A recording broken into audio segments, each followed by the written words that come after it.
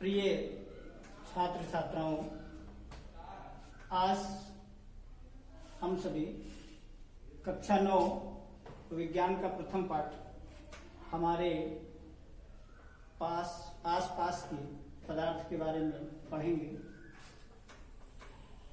यह संपूर्ण ब्रह्मांड मुख्य रूप से दो अवयवों से मिलकर बना है, एक तो द्रव्य और दूसरे ऊर्जा। द्रव्य और ऊर्जा दोनों वस्तुओं का अनुभव हम अपनी इंद्रियों द्वारा करते हैं। द्रव्य तीन प्रकार के होते हैं, ठोस, द्रव और गैसें। ठोस और द्रव दो पदार्थ प्रकृति में पाए जाने वाले ऐसे पदार्थ हैं जिनको हम देख सकते हैं, किंतु गैस और ऊर्जा ये अनुभव करने वाली अवयव हैं जो इस प्रकृति में पाई जाती हैं। आज हम सबसे पहले द्रव्य की परिभाषा और द्रव्य के बारे में जानेंगे। सबसे पहले हम द्रव्य की परिभाषा पर अपनी नजर डालते हैं। द्रव्य या पदार्थ वह है जो स्थान घेरता है, जिसमें भार होता है। अर्थात द्रव्य ऐसे पदार्थ हैं जिनका कुछ न कुछ भार होता है, द्रव्यमान होता है, और जहां पर वे रखे जाते हैं वहां पर वे अपना स्थान अवश्य घेरते हैं।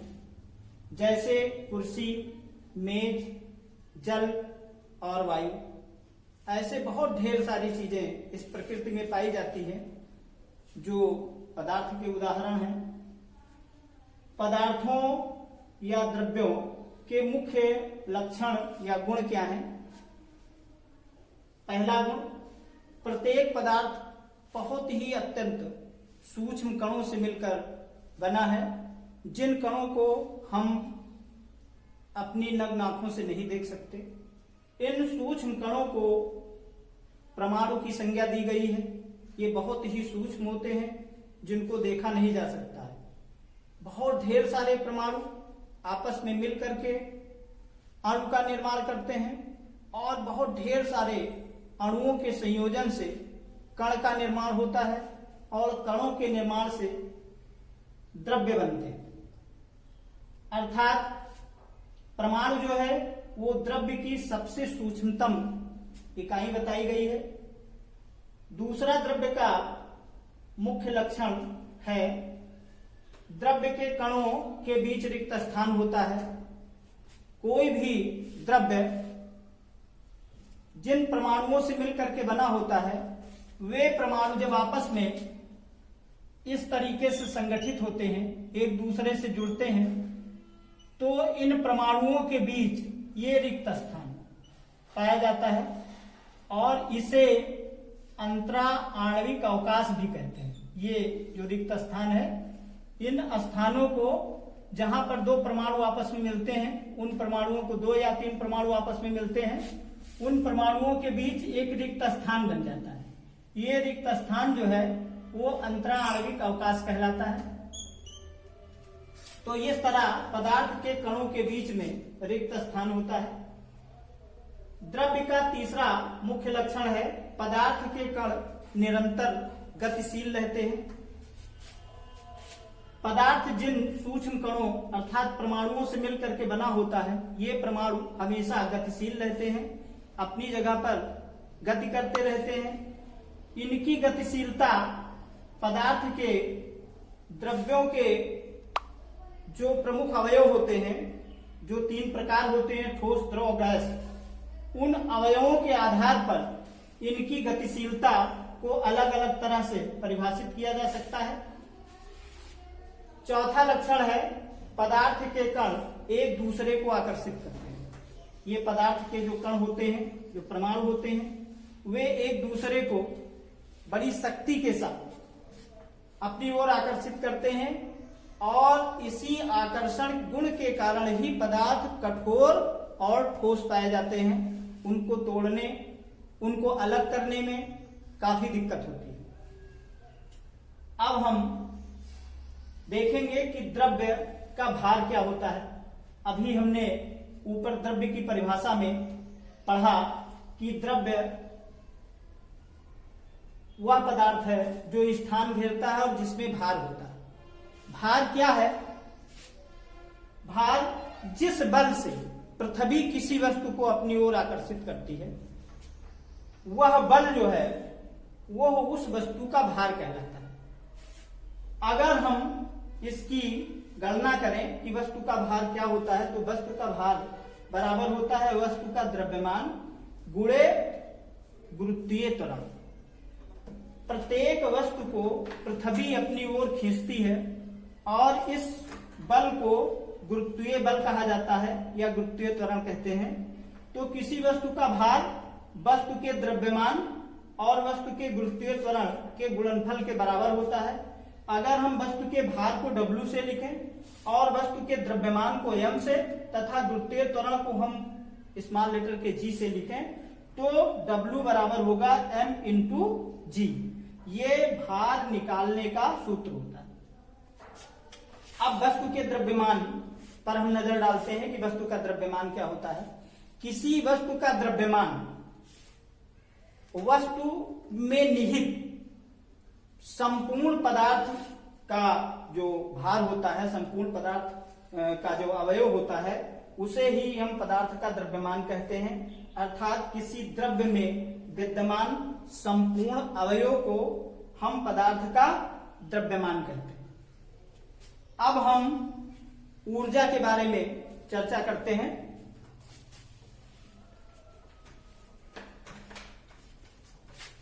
ऊर्जा क्या है?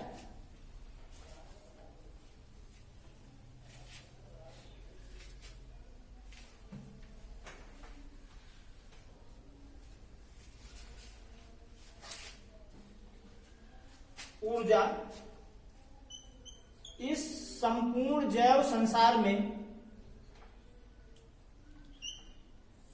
ऊर्जा कार्य करने का एक महत्वपूर्ण साधन है। ऊर्जा किसी वस्तु में कार्य करने की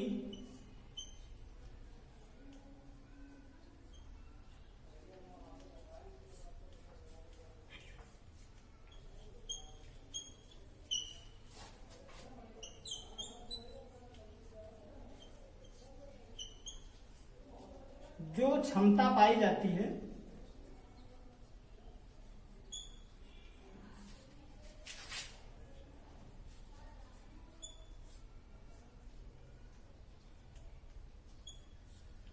उसे ऊर्जा कहते हैं। उसे ऊर्जा कहते हैं।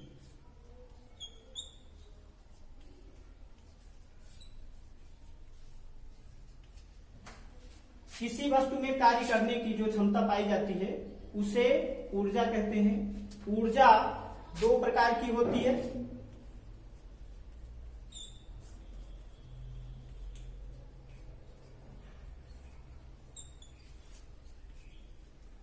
दो प्रकार की होती है।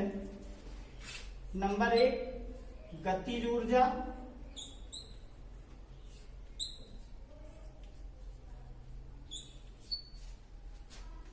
गतिज ऊर्जा क्या होती है?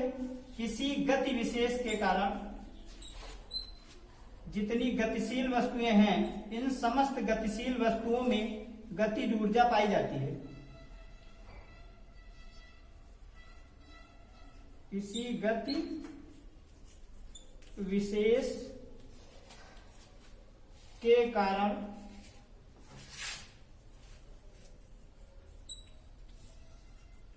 वस्तु में कार्य करने की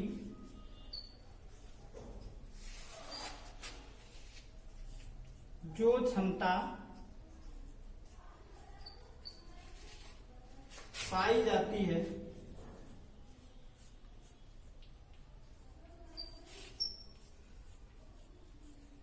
उसे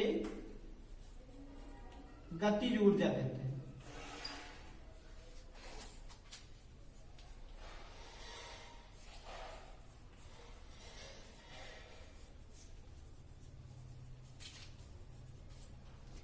गतिज ऊर्जा को हम अगर सूत्रों के द्वारा परिभाषित करना चाहें तो गतिज ऊर्जा बराबर होता है ½ mv², अर्थात ½ m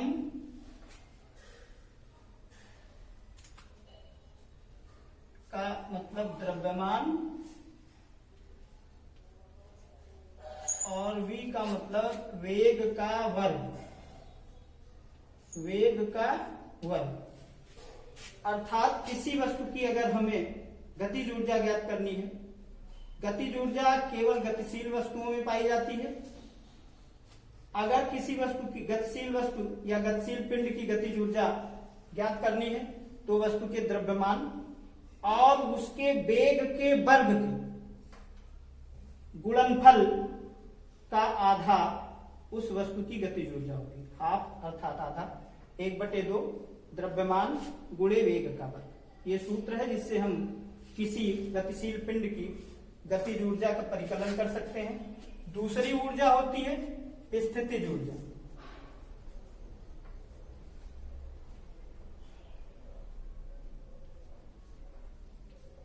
स्थितिज ऊर्जा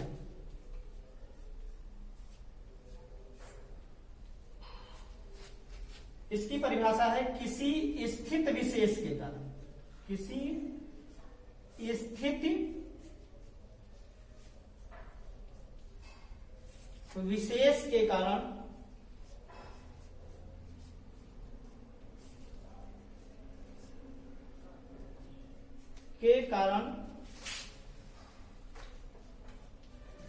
किसी वस्तु में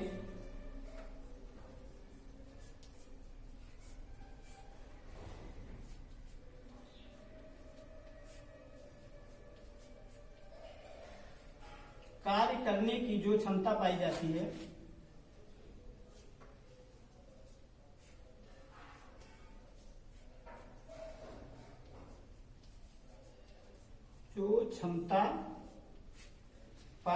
है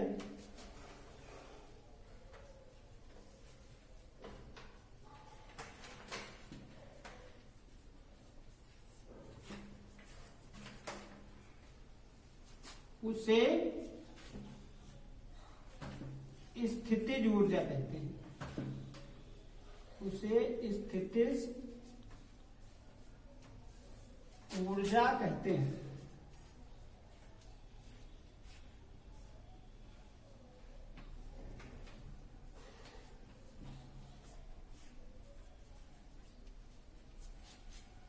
स्थितिज ऊर्जा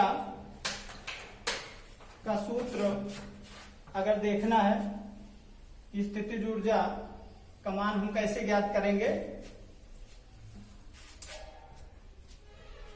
तो स्थितिज ऊर्जा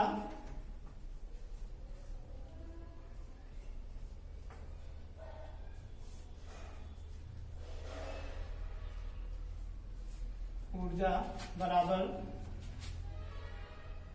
द्रव्यमान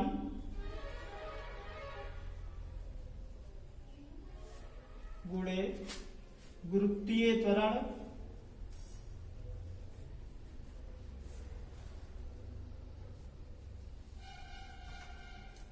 गुणे ऊंचाई।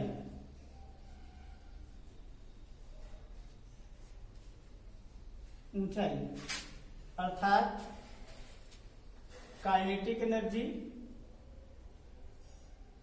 स्थितिज ऊर्जा,